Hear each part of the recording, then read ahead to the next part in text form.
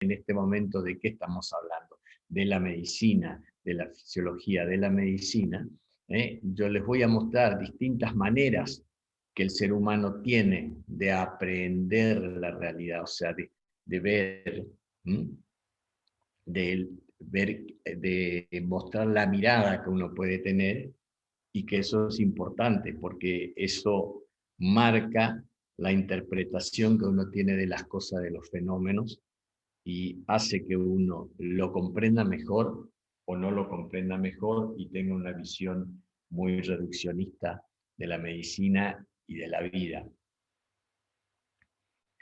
Así que yo me voy a permitir en este momento hacer algunos conceptos introductorios acerca de cómo uno ve la vida. No todos ven de la misma manera. Yo les voy a mostrar una forma de ver la realidad que no porque lo diga yo que es la más adecuada, que no todos tienen esa mirada, pero que es la más adecuada porque está respaldada por los principales pensadores del momento.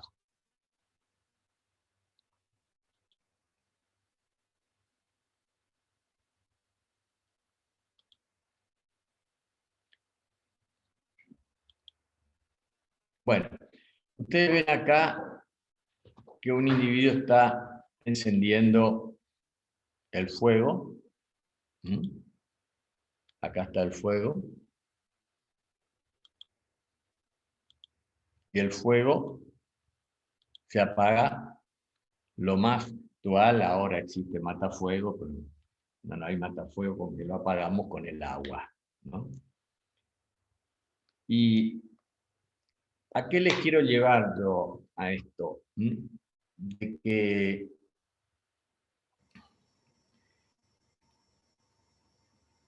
la mirada que ustedes tienen que tener no es una mirada desde el punto de vista atómica, es decir, exclusivamente del átomo, porque ustedes tienen el concepto ya de lo que es el átomo, también tienen el concepto de lo que es molécula, ¿no? Y van a ver cómo las funciones van cambiando, las funciones van cambiando. Y volviendo al ejemplo, el agua apaga el fuego. El agua apaga el fuego. Y el agua está constituido por dos átomos de hidrógeno y uno de oxígeno, H2O, ¿no?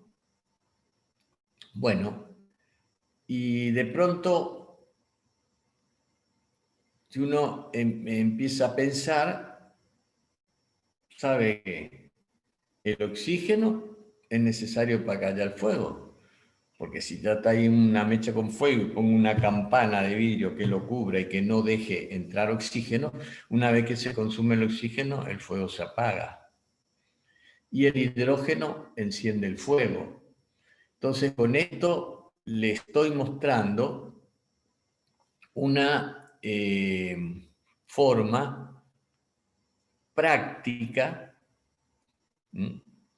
ejemplar, porque lo de cómo las funciones cambian de cuando uno lo piensa, a ver, el término como molécula, o lo piensa en forma más integrada, como un todo, más que como molécula, como un todo. El agua es un todo, una molécula que tiene partes, está formada por partes hidrógeno y oxígeno. Uno debería pensar que las dos partes se sumarían para tener una propiedad de apagar el fuego, por ejemplo. Y sin embargo no. Fíjese, estas dos partes separadas, el átomo separado, lo que hace es, en este momento, estaría facilitando el fuego. El oxígeno, por ejemplo, es necesario para que el fuego siga encendido, ¿no? y el hidrógeno enciende el fuego.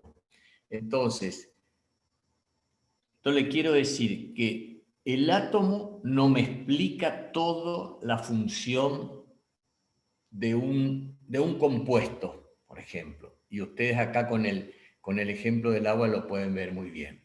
Y esto yo quiero que ustedes lo transporten a la célula, porque cuando uno ve la célula, dice la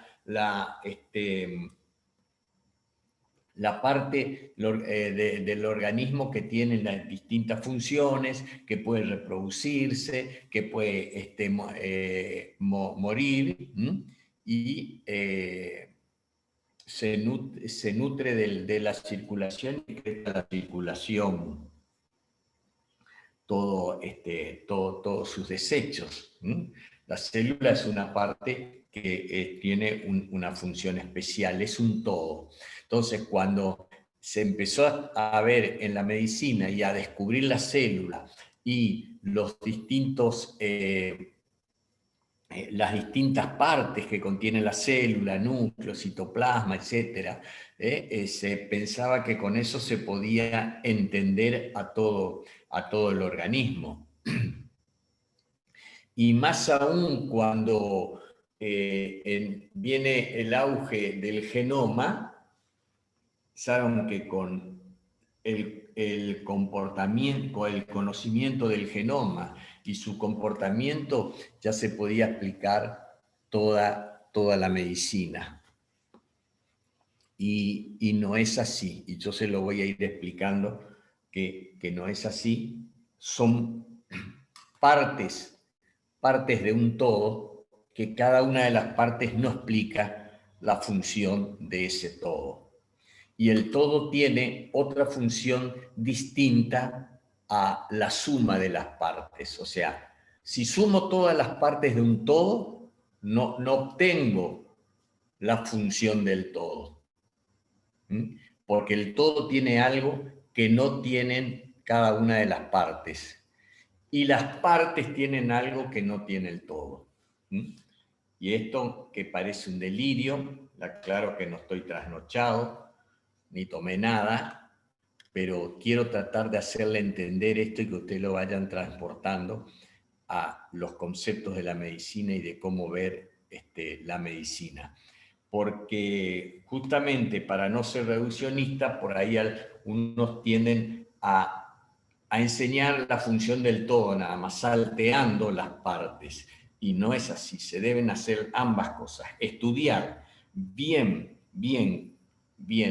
las partes para poder comprender después el todo. Y también tener una visión general, sistémica del todo para poder entender las partes.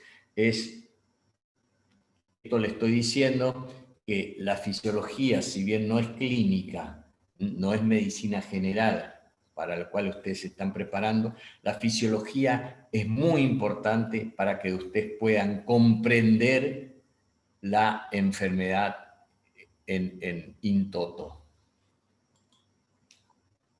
Entonces, luego de esta introducción, que tal vez muchos hayan escuchado por primera vez, y a ver si me están mandando mensajes seguramente. Todo. No, ya está. Después de esta introducción, fíjense, uno puede decir, a ver, yo voy a entender el cuerpo humano, el ser humano, y voy a dividirlo en una de las partes, ¿no es cierto? Hueso, músculo, cerebro, riñón, etcétera, cada uno de los órganos, ¿está? Perfecto. Uno tiene que conocer el funcionamiento de cada uno de los distintos órganos, pero tiene que saber y conocer también que estos órganos no son partes que están todas puestas una sobre otras, y que no tienen relación unas con otras. Que el pulmón tiene una función, el cerebro otra, sí, perfecto, tienen una función específica, pero están interrelacionadas. Y no solo que están relacionadas, sino que están interactuando. ¿Qué significa interactuar? Que la función de uno influye sobre la función del otro. Significa que si un organismo tiene los pulmones enfermos, esa enfermedad pulmonar va a llevar también a alterar las funciones de los otros órganos. Y de la misma manera podemos hablar del riñón, podemos hablar del corazón o del cerebro. Entonces, que están... nosotros tenemos que tratar de entender la realidad, la totalidad del ser humano, estudiando bien todos los órganos, ir a estudiar bien la función de todos los órganos y además cómo interactúan entre ellos. Esa es la forma adecuada. Verla en forma de un sistema. El organismo es un sistema. El cerebro es un sistema. El pulmón es un sistema, hablando de su funcionamiento, no es un aparato pulmonar, no es el aparato circulatorio, como se lo denomina en anatomía. ¿Estamos? Es un sistema que está interrelacionado con los otros. A ver, el sistema ser humano está compuesto a su vez de varios subsistemas. Tenemos el subsistema nervioso, cerebro, subsistema nefrogénico, o sea, de riñón y vías urinarias, subsistema muscular, subsistema pulmón. Cada uno de estos subsistemas a su vez puede actuar como un sistema. El subsistema pulmón tiene el sistema pulmón, si lo tenemos así como un todo el pulmón, el sistema pulmón a su vez tiene otros subsistemas. ¿Cuáles serán los subsistemas? Bueno, el subsistema vías aéreas, subsistema parénquima. A su vez el subsistema vías aéreas tendrá laringe, tráquea, bronquios, bronquiolos, etc. ¿Estamos? Y que están todos interrelacionados. Y digo esto porque incluso todo nuestro sistema educativo y eso tiene una inspiración cartesiana, es decir, que René Descartes, el filósofo francés, ya hace muchos años, ¿no? Dijo o pregonó de que para entender el todo uno necesita descomponerlo en sus partes. Y ahí, al conocer sus partes, ya conoce el todo. Y entonces, fíjense cómo nosotros vivimos, estudiamos medicina y vamos teniendo el sistema cartesiano, lo dividimos en sus partes, parte de clínica, parte de cirugía, parte de ciencias básicas, ciencias clínicas, etc. Y dentro de ciencias básicas, anatomía, química, histología, fisiología, por ejemplo, ¿no? Bueno, no significa que está mal que los estudiemos así, porque entonces vamos y escudriñamos bien la función de cada uno, o sea, cada una de las partes. Pero tenemos que encajarla en el todo, pues, tenemos que encajarla en el todo. Yo siempre, cuando charlo con los alumnos y a veces con los médicos, digo que cuando yo había estudiado medicina no me lo relacionaban así en forma integral después, no me decían inclusive cómo me servía, cómo encajaba en el ser humano en todo, in toto, lo que yo estaba estudiando. Y me acuerdo que cuando estudié el ciclo de Krebs, la verdad que no lo entendía muy bien ni para qué era, porque eran una serie de fórmulas una tras otra, pero no me supieron vender, entre comillas, la importancia de esto en el ser humano, ¿no? Hasta que después, cuando uno entiende, sabe dónde colocarlo, ¿m? A esto que está estudiando. Entonces tenemos tres formas de aprender la realidad. Una que yo lo voy a tratar de explicar con palabras fáciles de aprender sin que por eso se pierda el sentido. Atomismo se refiere ahí a átomo, a cuando yo veo algo y voy a ver qué partes tienen o componentes, ¿no? ¿Estamos? Esto, o sea, hago bien analítico, se llama. Soy muy analítico, voy y descompongo en sus partes al todo. Pero me quedo en las partes y no lo veo en forma integrada como un todo. El holismo, y esto quiero traer a colación este concepto porque el holismo es muy utilizado por algunos docentes que dicen, no, hay que verlo en forma holística a, a tal patología, al tema que están estudiando, o a una persona enferma, verlo en forma holística. Y realmente utilizan mal el concepto de holístico. Yo creo que cuando lo dicen así, por desconocimiento se están refiriendo al sistema, que hay que verlo a la enfermedad o al ser humano como un sistema, ¿estamos? Como un sistema, que se diferencia del holismo en una cosa muy importante que se lo voy a mostrar. Entonces, el holismo lo que dice que es el todo es más que la suma de las partes, que por eso no le interesan las partes. Es decir, alguien que dice, bueno, en medicina voy a estudiar la enfermedad, el ser humano, no voy a ir a estudiar anatomía patológica, fisiología, bioquímica, eso porque no me ayuda en nada, ¿no? Lo ve en forma global simplemente, ¿no? Ve todo el bosque, pero no sabe que ese bosque tiene, por un lado, un ciprés, un eucalipto, un espinillo, ¿sí?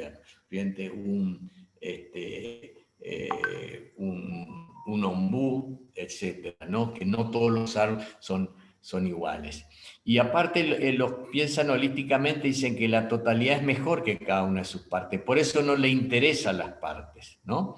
Y cuán errado está, porque uno tiene que ir a escudriñar y estudiar las partes, nada más que saber que las partes tampoco son más que el todo, porque tienen propiedades que no lo tiene el todo. Fíjense el ejemplo del agua para el fuego. El agua apaga el fuego y sin embargo el oxígeno no lo apaga, lo mantiene, y el hidrógeno tampoco. Es decir, que el todo no es la simple suma de las partes. Y acá está la conclusión del holismo. Es incapaz de dar cuenta de la realidad o totalidad porque se rehúsa a analizar cada una de sus partes. Y el sistemismo tema es un todo organizado y complejo, un conjunto o formación de cosas o partes que forman un todo complejo unitario. ¿Estamos? Y fíjense lo que yo le decía, es un conjunto de objetos o partes unidas por una interacción e interdependencia, no un simple ensamble o aposición de partes. No es el sistemismo no lo ve al todo como un reloj, por ejemplo. El reloj es una posición de sus partes. Si a mí se me raya el vidrio, el reloj no deja de funcionar, sigue funcionando. El vidrio rayado no me impide en el funcionamiento del reloj. Lo cambio porque obviamente, por causas obvias, por el mismo rayado, y que aparte el mismo rayado en sí puede dejar ingresar basura, humedad, etc. Pero en sí mismo el vidrio no influye en el funcionamiento del reloj. Es decir, en el reloj está fallando una parte, se cambia esa parte y está todo solucionado, porque era esa parte nada más. ¿Estamos? El sistemismo, o sea, las propiedades globales o emergentes, tienen algunas propiedades que las partes no poseen, y las partes tienen propiedades que el todo no posee. Vuelvo al ejemplo del agua, que voy a repetirlo para que ustedes puedan entender todo esto que yo estoy diciendo, que parece que estoy hablando en otro idioma. Y el universo es un sistema. Yo le di hoy el ejemplo de una persona simplemente, pero el universo es un sistema de sistemas coherente, integrado, diverso, mutable y regular. Es decir, el universo es un sistema que tiene otros subsistemas. Ejemplo, si tiene subsistemas, planetas, y cada planeta tiene un subsistema, etcétera. ¿Estamos? Así que, y que están íntegramente relacionados. El mundo no es un bloque sólido ni un cúmulo de elementos desconectados. Está unido por diversas ligaduras. Y Paul Weiss ya lo dijo hace años atrás, que podemos afirmar definitivamente, basándonos en investigaciones estrictamente empíricas, que por el mero hecho de reunir una vez más, sean la realidad o nuestra imaginación, las partes del universo que hemos disecado en nuestro análisis anterior, no lograremos explicar completamente siquiera el comportamiento del sistema viviente más elemental. Y esto es importante porque yo con esto que le estoy diciendo quiero dar evidencias de algunas formas de pensar y algunas críticas que tuve hacia la forma de pensar de ciertos colegas que una vez que apareció, que se descubrió el genoma, ahí se solucionaban todos los problemas, porque el genoma es el que el 100% te mostraba tal cual iba a ser una persona y qué enfermedades lo iba a tener. Sí, y para que rime, ese sí o sí no es tan así. En la década del 70 del siglo pasado hubieron una serie de problemas que no podían explicarse simplemente por la visión reduccionista de la biología molecular, que ya les comenté recientemente. Los científicos comprendían perfectamente la estructura del ADN y los mecanismos moleculares de la herencia en los organismos unicelulares simples, pero desconocían todo lo referente a los organismos multicelulares. En la primera etapa del desarrollo de los organismos multicelulares, el número de sus células pasa de 1 a 2, a 4, a 8 y 16, y eso conocen todos ustedes. Y puesto que se considera que la información genética es idéntica en cada célula, ¿cómo es posible que cada célula tenga una especialización diferente y que se convierta en células musculares, sanguíneas, óseas, nerviosas y así sucesivamente?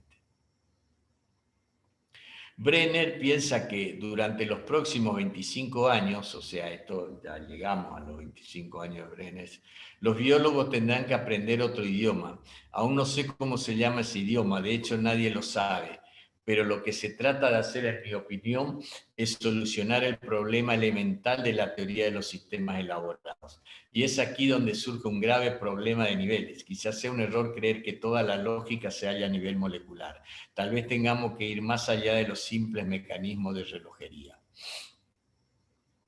La concepción de la teoría de los sistemas evidencia que los genes no son el único factor que determina el funcionamiento de un organismo. A esto quiero llegar. Como tampoco los engranajes y las ruedas determinan el funcionamiento de un reloj. Los genes son más bien parte integrante de un todo ordenado y por tanto se ajustan a su organización. La visión integral considera el mundo desde el punto de vista de las relaciones y las integraciones. Que esa es la visión que yo quiero transmitirle y provocarle a que piensen de esa manera. Los sistemas están todos integrados y sus propiedades no pueden reducirse a las unidades más pequeñas. En vez de concentrarse en los componentes básicos o en las sustancias fundamentales, el enfoque integral hace hincapié en los principios básicos de la organización. Y Mario Bunge, científico argentino y filósofo, dice que el ser humano es un sistema de subsistemas, yo ya lo dije esto anteriormente, ¿no? Acá en esta charla, los que comprenden desde moléculas como agua y genes y otros que como el cardiovascular, el nervioso y el inmune difuso llegan a todas las partes del cuerpo. Moraleja médica, todo examen médico completo abarca el cuerpo íntegro y su entorno social.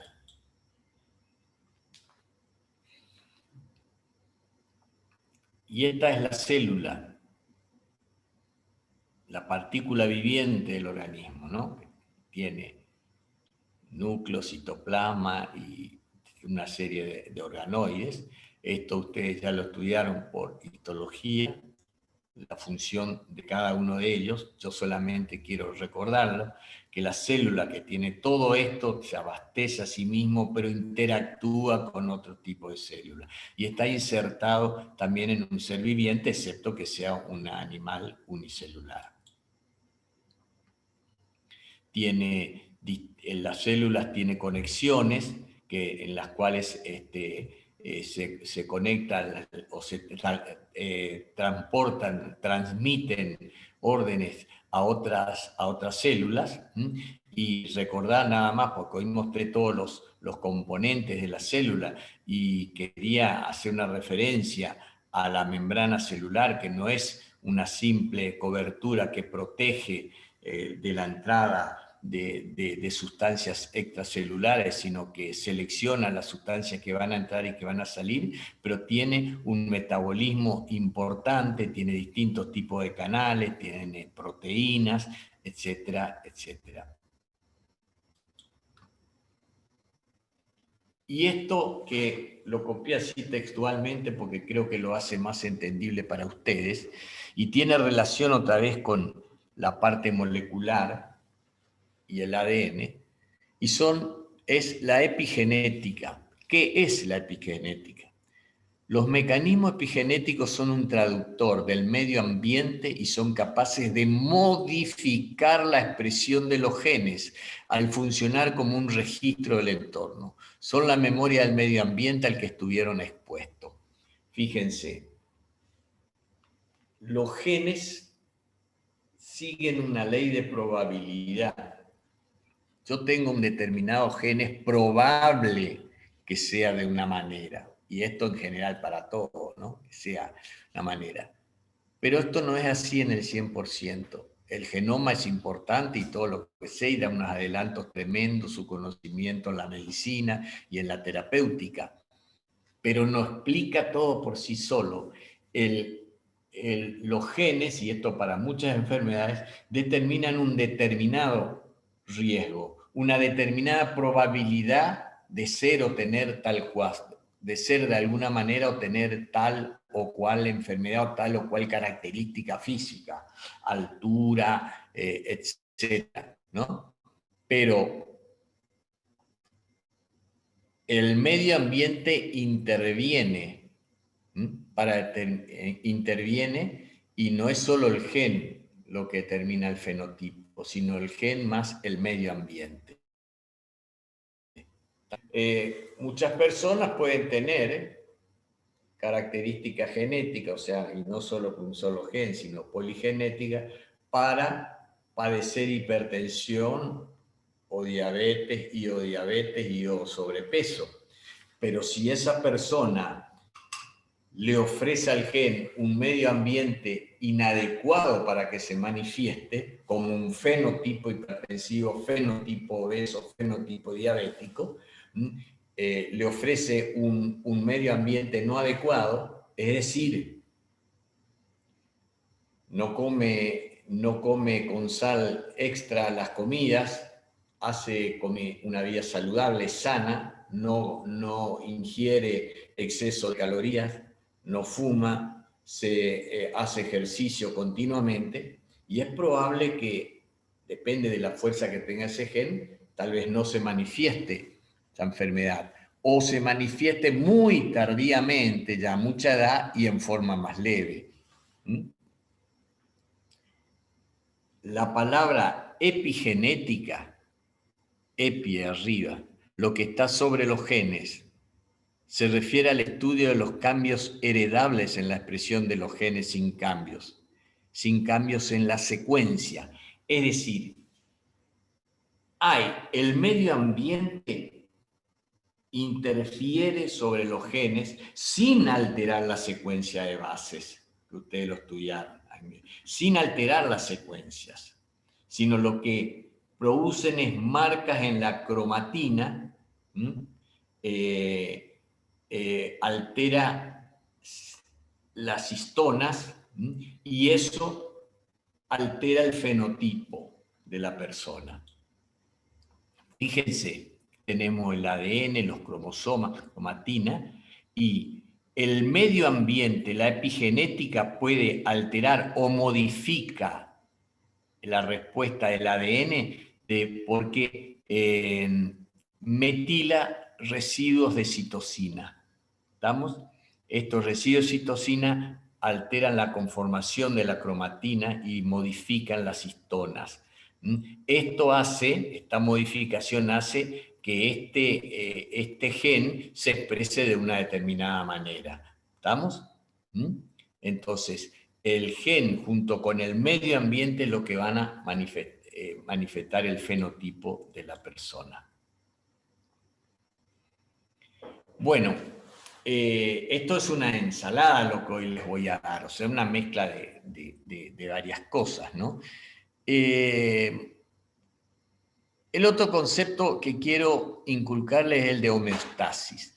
La complejidad del cuerpo humano y la interacción entre sus células somáticas y sus sistemas orgánicos requieren que se mantenga un nivel de homeostasis. La homeostasis es la constancia durante los cambios variados que se producen en el medio interno y externo. Es decir, la homeostasis es el que trata que estos cambios que se producen en el medio interno y externo, a la célula, al organismo, no alteren ciertas funciones que son esenciales para la vida.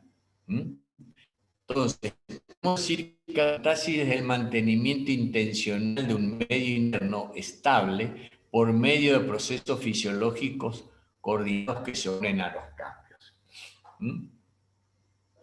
Los cambios variados en el medio interno y externo, pero a la homeostasis le compete actuar sobre el medio interno. Y voy a agregar más, no sobre cualquier proceso, sino procesos por los cuales dependen la vida.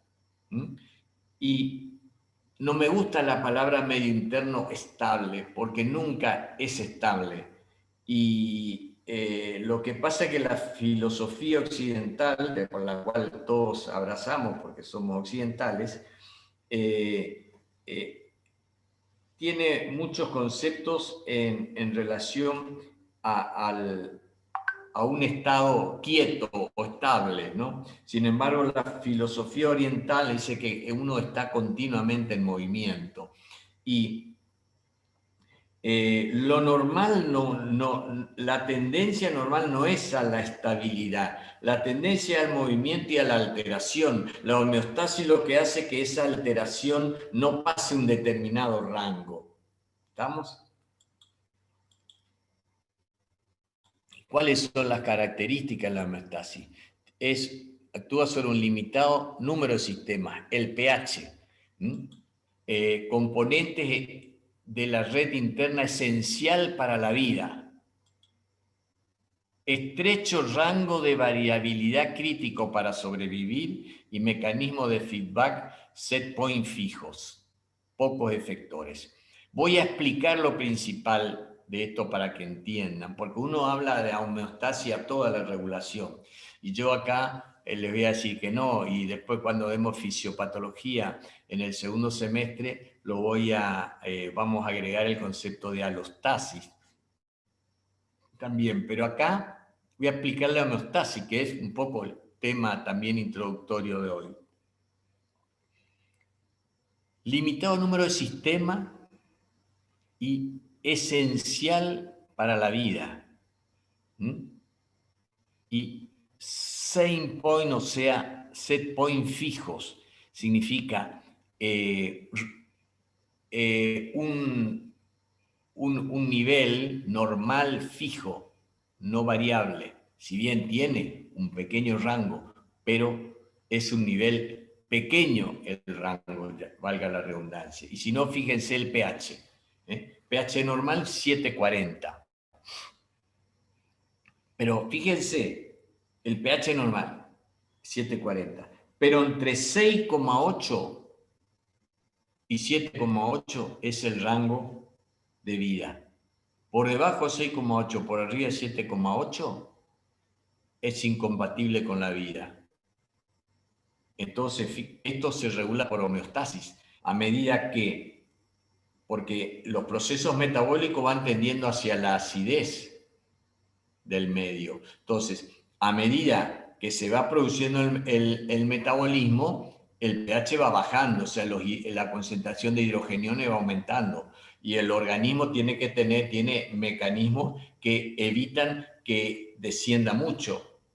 Evitan el descenso, y sabemos que tenemos los buffers intracelulares y después el resto de los buffers que vamos a estudiar en el cursado, pero que creo que ustedes ya lo tuvieron esos conceptos en bioquímica. La osmolaridad también tiene poco rango de variabilidad. La osmolaridad es 290 miliomoles kilo agua.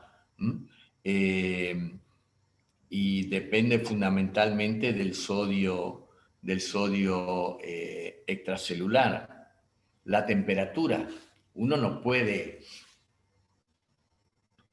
no existe alguien que viva con 34 grados de temperatura, es incompatible con la vida. Ni existe alguien que viva con 50 grados de temperatura. Es decir, el medio ambiente puede ser 50 grados, pero nosotros somos animales que regulamos la temperatura corporal, ¿no? No somos como los anfibios, como el yacaré, que tiene que salir a tomar sol para que aumente la temperatura corporal. Y el rango de regulación de la temperatura es estrecho, o sea, esto se regula por homeostasis. La presión parcial de oxígeno también. No podemos tener, si bien tenemos como 90 milímetros de mercurio en el sano y joven, la presión arterial de oxígeno, pero no podemos vivir con 30 milímetros de mercurio o con 40 milímetros de mercurio de presión de oxígeno. Viviremos un tiempito, unas horas, pero después va a ser imposible, va a haber una glucólisis anaeróbica, etcétera, etcétera. Lo mismo pasa con esto que PK, tenía que ser chico, la P que es plasma, que es la concentración de potasio. Fíjense que la concentración de potasio normal es 3,55. No podemos vivir con 15 de potasio, ni con 1 de potasio. Podemos vivir una horita hasta que hagamos una arritmia y que eso lo lleva a la muerte. Pasa lo mismo con el calcio. Sin embargo, por ejemplo, el peso no se regula por homeostasis.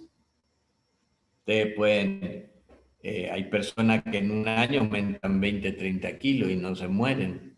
Y después el organismo se adapta con esos 30 kilos más. No tiene un rango estrecho el peso, ¿tá? Como la temperatura, ejemplo.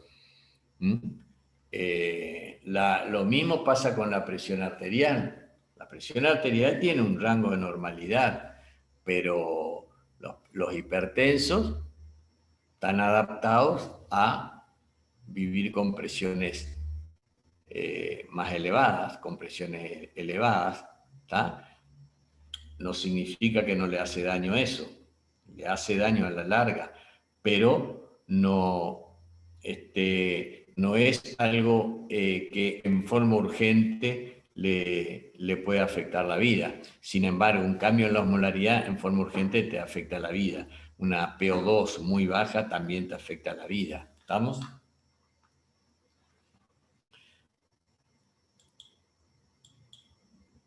Bueno. Vamos a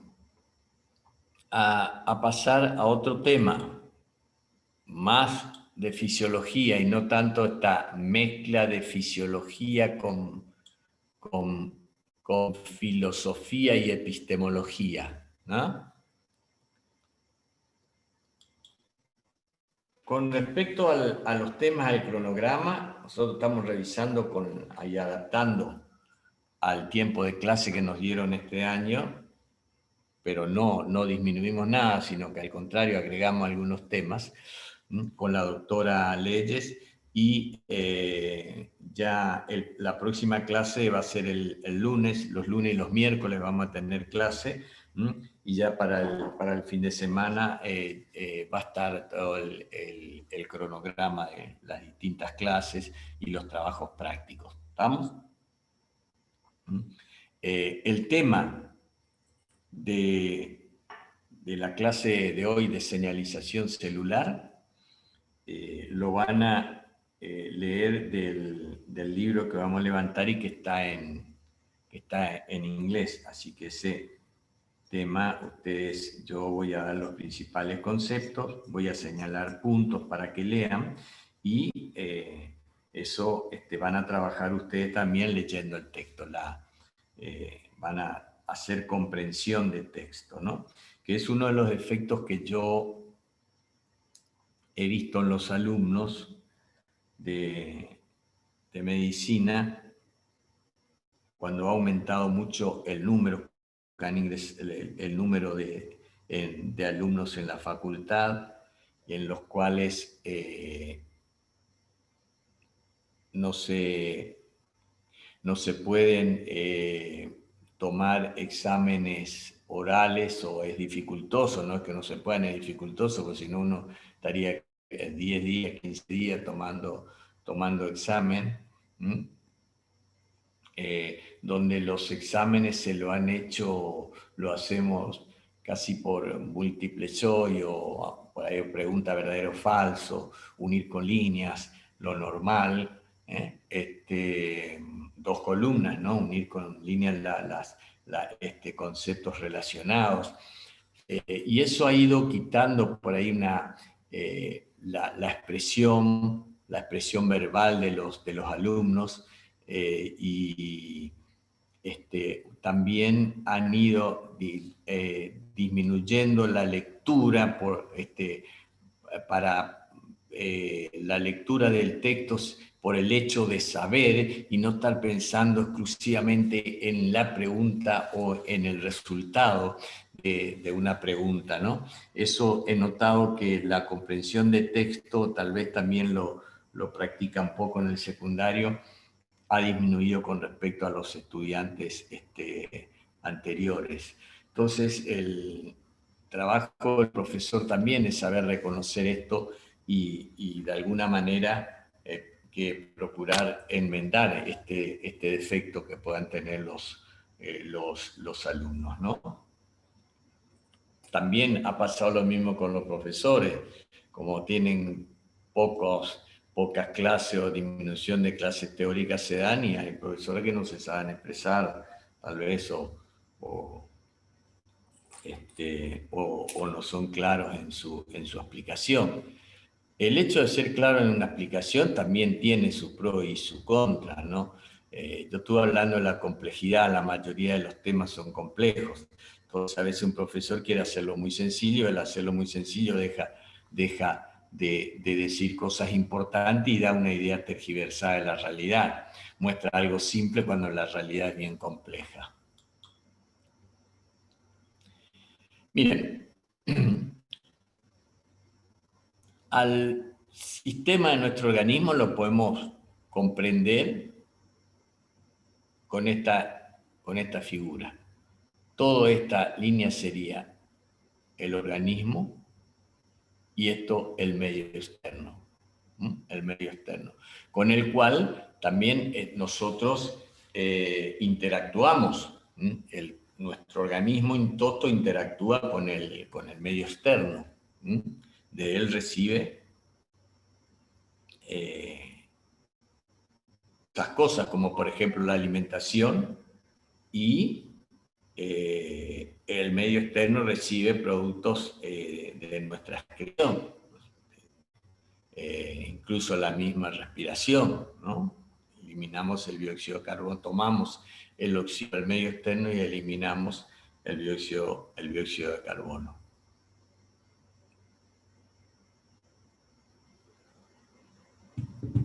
A ver.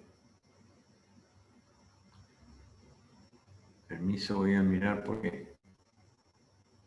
Bueno, sí, no creí que tenía mensaje de ustedes, pero no. Bueno, tracto digestivo, sistema digestivo, lo vamos a decir. Pulmones, sistema respiratorio, riñones, sistema renal y medio interno le llamamos. Y acá tenemos las células. La célula también es un sistema formado por varios subsistemas, núcleo, citoplasma. El citoplasma es un sistema formado por distintos componentes, ¿no? Rodeados por membrana, tenemos distintos organoides, como se dice. La piel es un sistema y es un subsistema a su vez del organismo. Tanto los pulmones como el tracto digestivo, los riñones, si estamos acá podemos tener las arterias y el corazón, piel, cerebro, todos están interactuando. Por eso funciona como un sistema. Todos inciden de alguna manera en otro. Y eso lo vamos a ver después cuando hagamos ya más avanzada la fisiología y hagamos una integración, sobre todo cuando hacemos la integración respiratoria y circulatoria.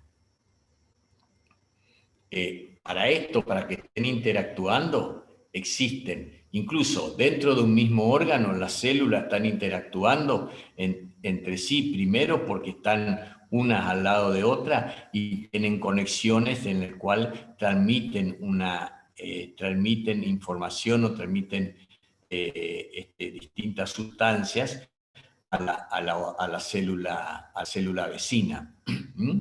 Eso pasa en todo, en el pulmón, en el riñón, en el tracto digestivo.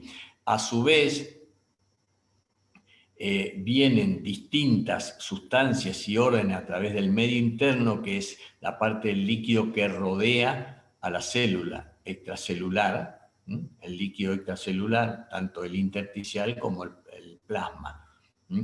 Y donde ahí nos llegan hormonas, sustancias,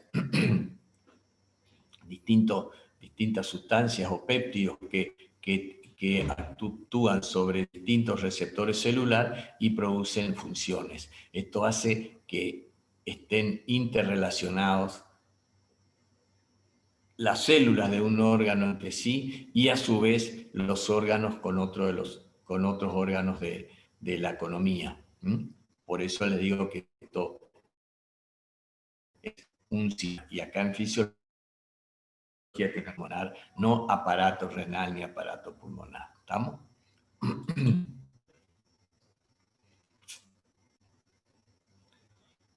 Para que haya, ya hemos comentado, para que haya una buena función del organismo, hay algunas sustancias que se deben mantener dentro de límites estrechos, que yo ya lo comenté, pero a veces hay que reiterar las cosas para que uno lo pueda aprender y captar la importancia que tiene, ¿no? Las tensiones de oxígeno y de dióxido de carbono, concentración de glucosa, también la glucosa se regula,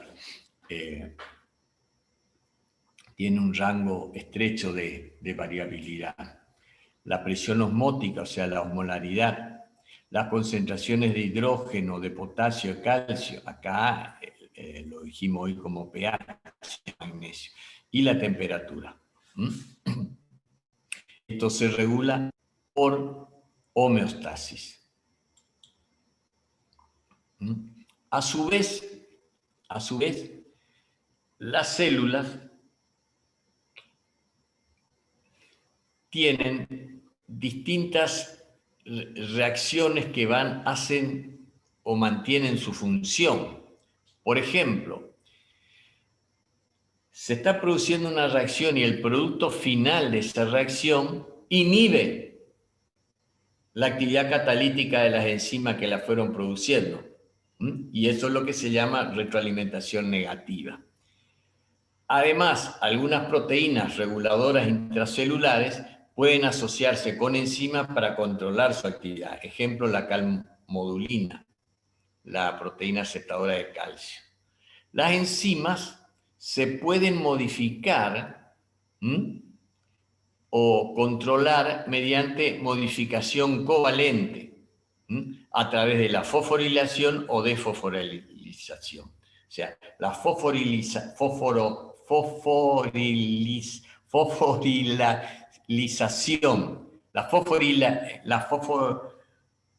cuando se fosforilan las enzimas, adquieren funciones o se activan. Es importante entonces el que estén fosforiladas las enzimas o que puedan fosforilarse. El entorno iónico influye sobre la actividad y la estructura de las enzimas. Hay enzimas, y eso lo van a ver y lo vamos a estudiar, mucho se ve eso en el sistema digestivo, de que hay enzimas que se activan a tal pH y se inactivan a tal otro pH. Esto es importante porque cuando se van produciendo cambios en el pH en las células se van activando algunas enzimas. Y esto, un mecanismo, en cualquier mecanismo, y un mecanismo de conservación. Y si a veces el pH se altera mucho, se activan otras enzimas que pueden ser perjudiciales. ¿Estamos? Y acá comentar que las células se comunican también o cambian su función o el organismo se regula por sistema de servomecanismos, de retroalimentación negativa, pero también hay retroalimentación positiva. A ver, voy a dar un ejemplo de retroalimentación negativa.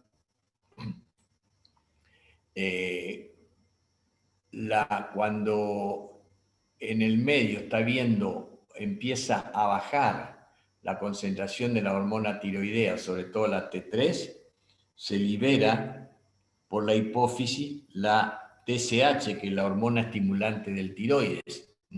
Y esto tiene su receptor en la glándula tiroidea, hace que la glándula tiroidea aumente la producción de T3. Cuando la producción de T3 alcanza el rango normal, se inhibe la liberación de TSH, o sea, la hormona estimulante del tiroides que la produce la hipófisis. Esto es retroalimentación negativa.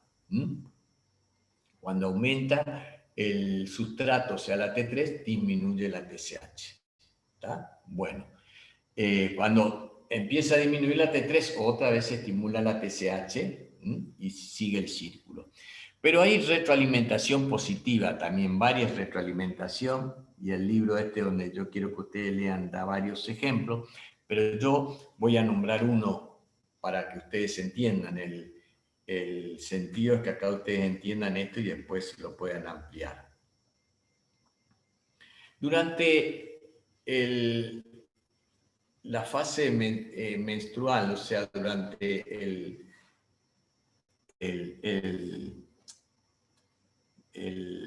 crecimiento folicular que se va produciendo en el ovario de una mujer que menstrua, ¿ya? De una mujer grande, o sea, que menstrua, durante el crecimiento folicular, además de producirse mitosis de las células foliculares, va aumentando la cantidad de estrógenos.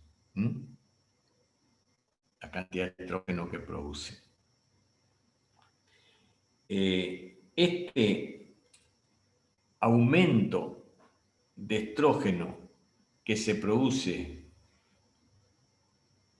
cerca del día 14, cerca de los días previos a la ovulación, está aumentado el nivel de estrógeno y este aumento estimula a la liberación de más hormona luteinizante, que a su vez hace producir mayor crecimiento folicular y más producción de estrógeno y se produce la rotura del folículo.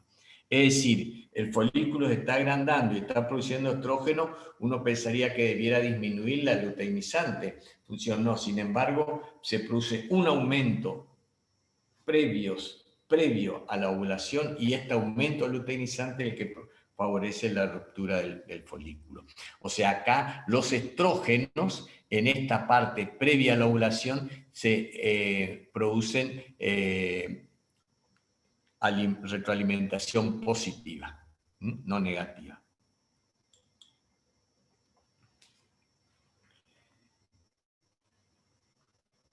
El medio interno, el medio interno, junto sea, el líquido del medio interno junto con el líquido intracelular, corresponden al 60% del peso corporal, ¿no? Es decir, si una persona pesa 70 kilos, es 0,6 por 70, da el peso de la cantidad de líquido que tiene esa persona. ¿Está? El 60% del peso de esa persona es agua. O sea, en una persona de 70 kilos, 42 litros de agua. ¿Estamos? 100 kilos, 60 litros de agua. La mayor parte del agua está en el compartimento intracelular, que es del 60% del peso corporal, el 40% corresponde al líquido intracelular y el 20% al líquido extracelular, o sea, al medio interno, constituido por líquido intersticial y plasma. Los compartimentos intra y extracelular no son idénticos en los iones, por ejemplo, que tienen el compartimento intracelular. Tiene el ion más, el ion más de mayor concentración es el potasio, que tiene aproximadamente 150 milequivalentes intracelular. Y esto lo vamos a estudiar bien después, pero es para dar ejemplo nada más ahora. Y en el extracelular, el ion más de mayor concentración es el sodio, con una estación aproximadamente de 140 milequivalentes litros. Sin embargo, intracelular, el sodio tiene 10 milequivalentes litros. Y el potasio extracelular, como les dije anteriormente, está entre 3,5 y 5 milequivalentes litros. Es decir, la composición es distinta, tanto intracelular como extracelular. Pero están en un equilibrio, se mantienen un equilibrio que es, por otro lado, permite que del líquido del medio interno la célula se nutra y elimine al medio externo los distintos productos de su metabolismo. Respecto de la señalización intercelular, sabemos que existen las uniones GAP, que después lo vamos a ver, son compuestos de proteínas que se denominan conexinas y que facilitan, es como un vía, como un canal en el cual facilitan el pasaje de sustancias entre una célula y otra. Existe otra señalización que no es intercelular, sino es intracelular, que hay algunos compuestos que se sintetizan en una célula, salen al medio interno y se posan en el receptor de esta sustancia, de esta proteína, en el receptor que está en la misma célula. Un ejemplo de esto son las prostaglandinas. Es decir, una célula produce una hormona que se llama autócrina, porque para ella misma, pero tiene que salir al medio interno, posarse en su receptor, y esto va a producir, el posarse en un receptor, una serie de modificaciones dentro de la célula, la presencia de segundos mensajeros, como por ejemplo AMP cíclico, etcétera, y que hacen que esta hormona que se produzca acá pueda producir cambios en la función de esta célula, que estando acá sola, sin posarse en su receptor, no lo puede hacer.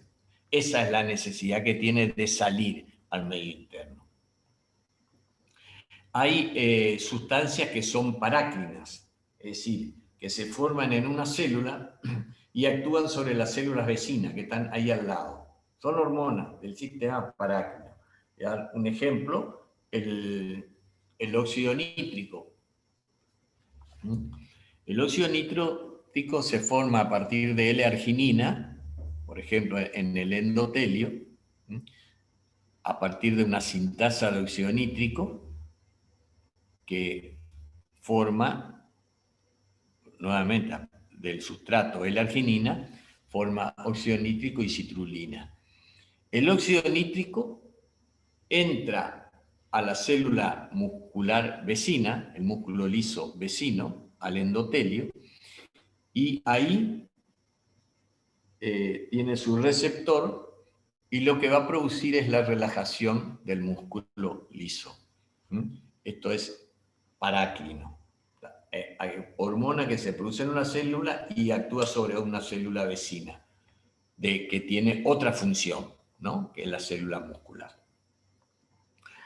Otra forma de señalización del sistema nervioso, sabemos, a través del potencial de acción, actúa, por ejemplo, sobre la célula blanca, el músculo, y para a producir un potencial de acción en el músculo y que el músculo se contraiga. También hay una señalización neuroendocrina en la cual el sistema nervioso libera sustancias, como por ejemplo adrenalina y noradrenalina, que van a posarse en receptores celulares de los distintos tejidos y van a producir su acción. Esto es una señalización neuroendocrina.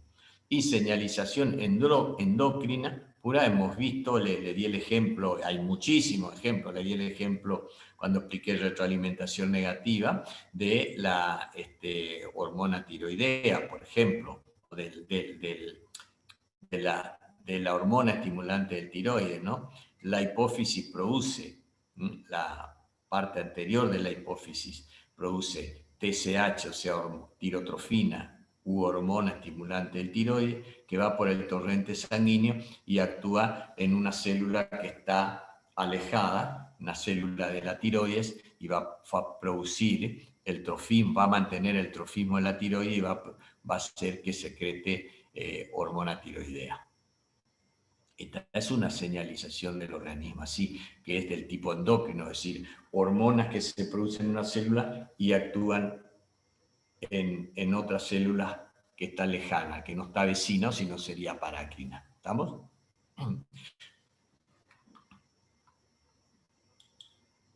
Estas son, quería mostrar las uniones GAP, están compuestas de estas proteínas que se llaman conexina, es un canal.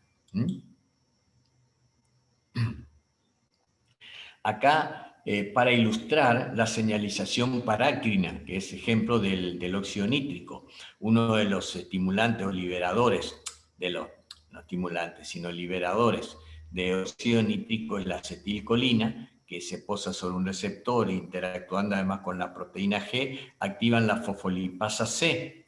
Sabemos que la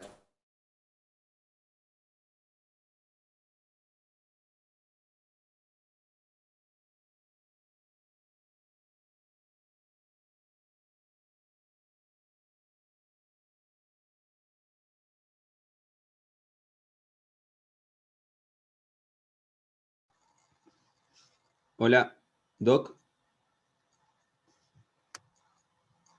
¿Están conectados, chicos? ¿O al doctor se le...